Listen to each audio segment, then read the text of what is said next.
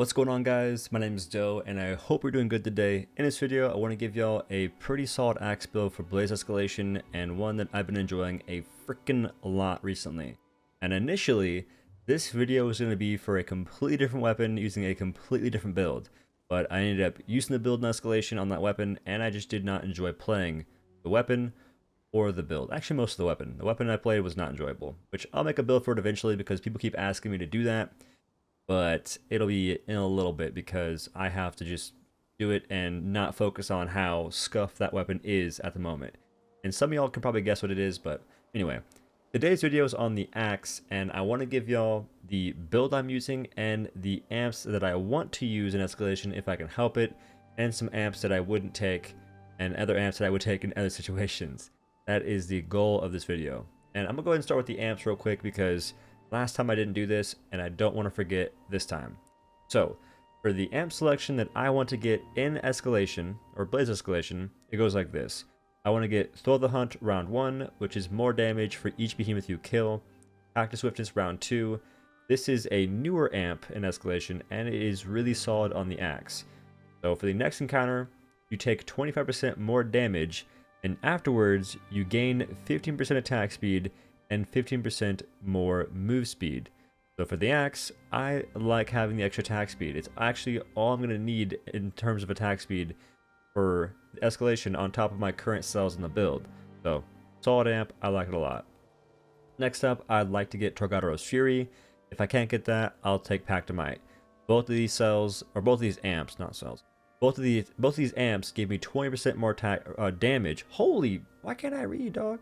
20% more damage. Torgado's Fury is based on rolling to an attack. Pact of Might is a similar thing to Pact of Swiftness, where you sort of like sacrifice taking extra damage for a round, and after that you get more damage, and you lose the receiving extra damage penalty. And round 4, I would like to get Paragon's Blessing, and this is where rolling to an attack gives you extra damage. If you have your amps spent, you can get up to 20% extra damage, and it applies to all your teammates if you have friends. I don't, so that doesn't really matter that much. Now, for the amps that I would take, for supportive measures, you can take from the Ashes. If you die, or when you would die, you instead get 25% more damage and a heal over time effect for 30 seconds. So, pretty solid amp. Pact of Vitality, another pack thing where your penalty is you heal 50% less from all sources, but after that round you get 250 extra health and 35% extra healing from all sources. And lastly, Torrent Shield. If you use your Holder Cast, you get shields. Nice. The amps I would never take on the axe, well, one amp that I would never take on the axe for sure is Torgado's Strength. This just gives you stagger damage if you break apart. It's like 250 stagger damage, it's nothing.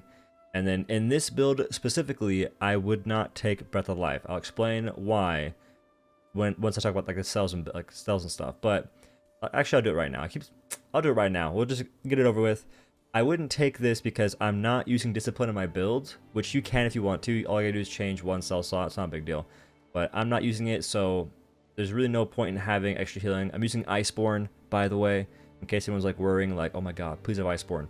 I have Iceborne. It's one of the best cells in Escalation. I will probably always have it in builds for most weapons.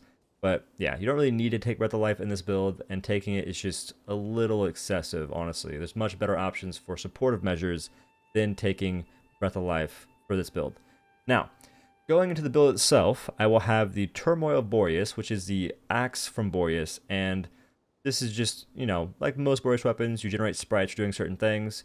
On the Boreas axe, you generate sprites for just using your charge levels. So charging an attack generates a sprite.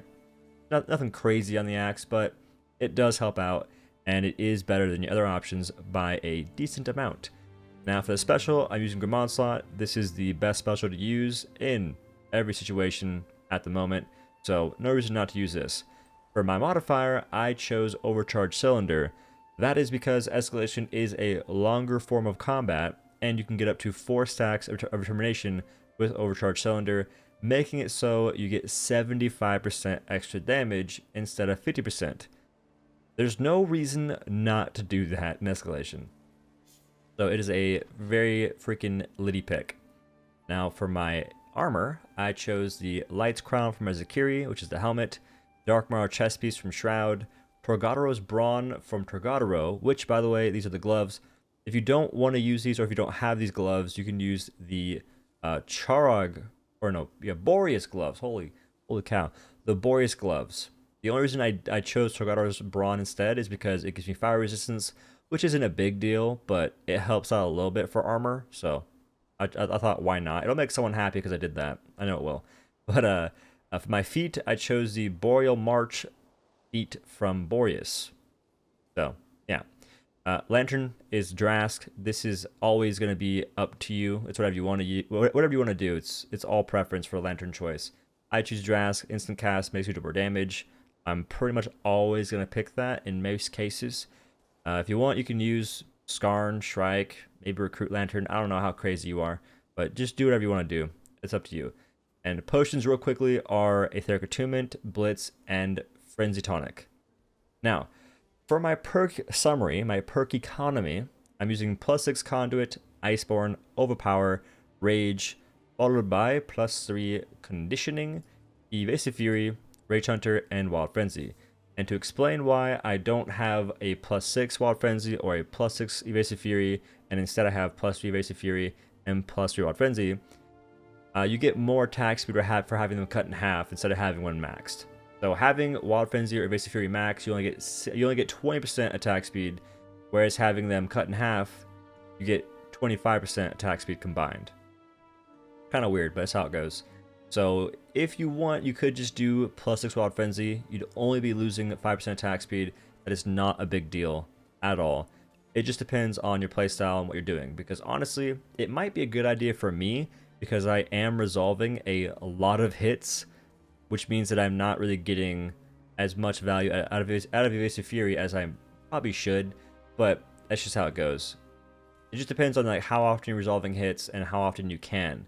But having Evasive Fury in this build does help out a little bit, and it just gives me a 5% extra attack speed total, so it helps out a little bit having them cut in half like that. And as far as not having Discipline goes, I'm gonna go ahead and explain that real quick because I tried doing it in like the last video, but some people had a hard time understanding the comparison with Discipline to flinch free. So the reason I'm not using Discipline is because I'm playing solo in this video. But if I'm in a group, I normally take Discipline because I don't want my teammates to heal me past half health. That is not what I want to happen, and Discipline prevents that from happening, and that is pretty much the only reason I take Discipline in Blaze Escalation. That's the only reason, is to prevent myself from being healed past half health, and that only happens when I'm playing in a group of people, if I'm playing in randoms, and things of that nature, because there's nothing worse then just, you're going ham, you're in the zone, and you just have some freaking, like, Healing Harry in the corner, or Healing Harris, my bad. Healing Harris in the corner, just, like, popping life drain tonics, popping healing pylons, using all kinds of freaking amps that heal you, and you're just like, bruh, my rage, my Wild Frenzy, ruining my build, my parse, dog, my DPS is plummeting. So, that's never fun. That happened to me a lot in Shock Escalation, and I did not enjoy it. I think like people were proccing Terra procs, which like they heal you, and I was getting a little upset. Like not really, but kinda. So that is the perk economy. That's the build. Those are the amps. Those are the potions. That's the lantern. That is the build, y'all. And hopefully, explanation makes sense. Hopefully, you guys learned something. It's just fun using the axe, man. Like using Iceborne on the axe lets you use Resolve. Like, you're playing an Escalation, things don't normally one-shot you. It sometimes can, but for the most part, there's very few one-shots in Escalation, compared to, say, I don't know, Trials, where if you try and resolve anything, you just go back to the lobby. So, yeah, Iceborne on the axe in Escalation just makes the weapon very enjoyable. Very fun to play, and it is highly suggested from me. It's a good time. It's a freaking good time. And also, you hit freaking hecka hard with Grim Onslaught and Overcharged Cylinder, like combined in Escalation. So it's a good pick. I suggest it. If you guys haven't played the axe, I definitely want y'all to learn it, and it'll be pretty fun to use. But that's the build, y'all. Hopefully you enjoyed the video. If you did, make sure to like, comment, and subscribe to the channel for more OhDough content. I will be also attempting to hopefully soon branch out to other games, but my problem right now is that my computer can't handle recording other games for whatever reason. So I'm trying to get that figured out, seeing what to do with that. But yeah, that's what's going on. Now, if you want to support the content and me, you can use my Epic Games support creator code in the Epic Games Store or in the in-game Dauntless Store. The code is just OhDough, it's my name. Using it gives me a small kickback or a small percentage of what you spend in the stores, and it helps me out a ton. It costs you nothing extra, and it means a lot when you guys do that. If you don't use my code, use someone's code. That's important. But that's the video, guys. I will see you in the next one. Peace.